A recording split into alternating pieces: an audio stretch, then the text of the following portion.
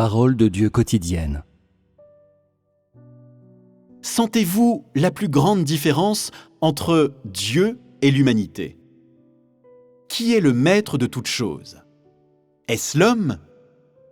Non. Savez-vous quelle est la différence entre la manière de Dieu et la manière des humains de traiter avec toutes choses? Dieu domine et arrange toutes choses, alors que l'homme en profite.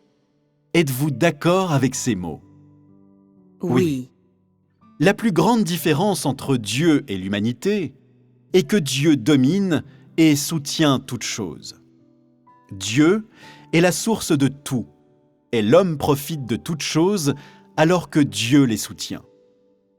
C'est-à-dire que l'homme profite de toutes choses quand il accepte la vie que Dieu apporte à toutes choses. L'humanité profite des fruits de la création de toutes choses par Dieu, alors que Dieu est le maître. D'accord? Donc, du point de vue de toutes choses, quelle est la différence entre Dieu et l'humanité? Dieu peut voir clairement le modèle de croissance de toutes choses, et il contrôle et domine le modèle de croissance de toutes choses. Toutes choses sont sous les yeux de Dieu à l'intérieur de sa portée d'inspection. L'humanité peut-elle voir toutes choses? Non. Ce que voit l'humanité est limité. Tu ne peux pas appeler cela toute chose. Ce n'est que ce qu'elle voit devant ses yeux. Si tu escalades cette montagne, ce que tu vois, c'est cette montagne. Tu ne peux pas voir ce qui se trouve de l'autre côté de la montagne.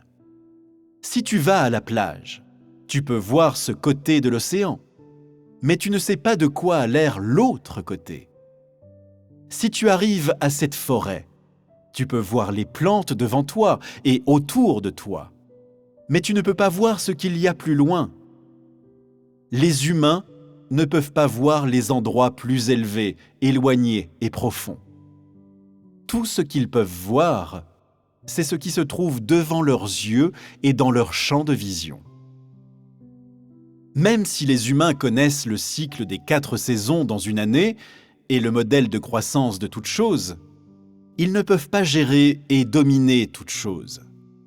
D'un autre côté, Dieu voit toutes choses comme il verrait une machine qu'il a lui-même construite. Il connaîtrait très bien chaque composante, ses principes, ses modèles et sa raison d'être. Dieu connaît tout cela simplement et clairement. Par conséquent, Dieu est Dieu et l'homme est l'homme. Même si l'homme continue à faire des recherches sur la science et les lois de toutes choses, ce n'est toujours qu'à l'intérieur de certaines limites, alors que Dieu contrôle tout. Pour l'homme, c'est l'infini.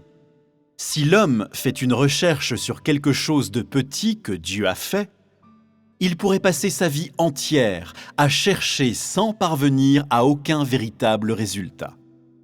C'est pourquoi, si tu utilises la connaissance et ce que tu as appris pour étudier Dieu, tu ne seras jamais capable de le connaître ou de le comprendre. Mais si tu utilises la voie de la vérité et de la recherche de Dieu, et si tu considères Dieu à partir de la perspective d'apprendre à connaître Dieu, alors un jour, tu admettras que les actions et la sagesse de Dieu sont partout. Et tu sauras aussi pourquoi Dieu est appelé le maître de toutes choses et est la source de vie pour toutes choses. Le plus tu auras de ce type de connaissances, le mieux tu comprendras pourquoi Dieu est appelé le maître de toutes choses. Toutes choses, toi inclus, reçoivent constamment le soutien continuel de Dieu. Tu seras aussi en mesure de ressentir que, dans ce monde et dans cette humanité, il n'y a personne à part Dieu qui puisse avoir une telle puissance et une telle essence pour dominer, gérer et soutenir l'existence de toutes choses. Quand tu parviendras à une telle compréhension, tu admettras véritablement que Dieu est ton Dieu. Quand tu atteins ce point, tu as véritablement accepté Dieu et tu l'acceptes comme ton Dieu et ton maître. Quand tu auras une telle compréhension et que ta vie arrivera à un tel point, Dieu ne t'éprouvera pas et ne te jugera pas. Pas plus qu'il ne te fera d'autres demandes, parce que tu comprends Dieu, tu connais son cœur et tu as sincèrement accepté Dieu en ton cœur. C'est une raison importante pour communiquer sur la domination et la gestion de toutes choses. C'est pour donner plus de connaissances et de compréhension aux gens, pas seulement pour que tu admettes, mais pour te donner une connaissance et une compréhension pratique des actions de Dieu.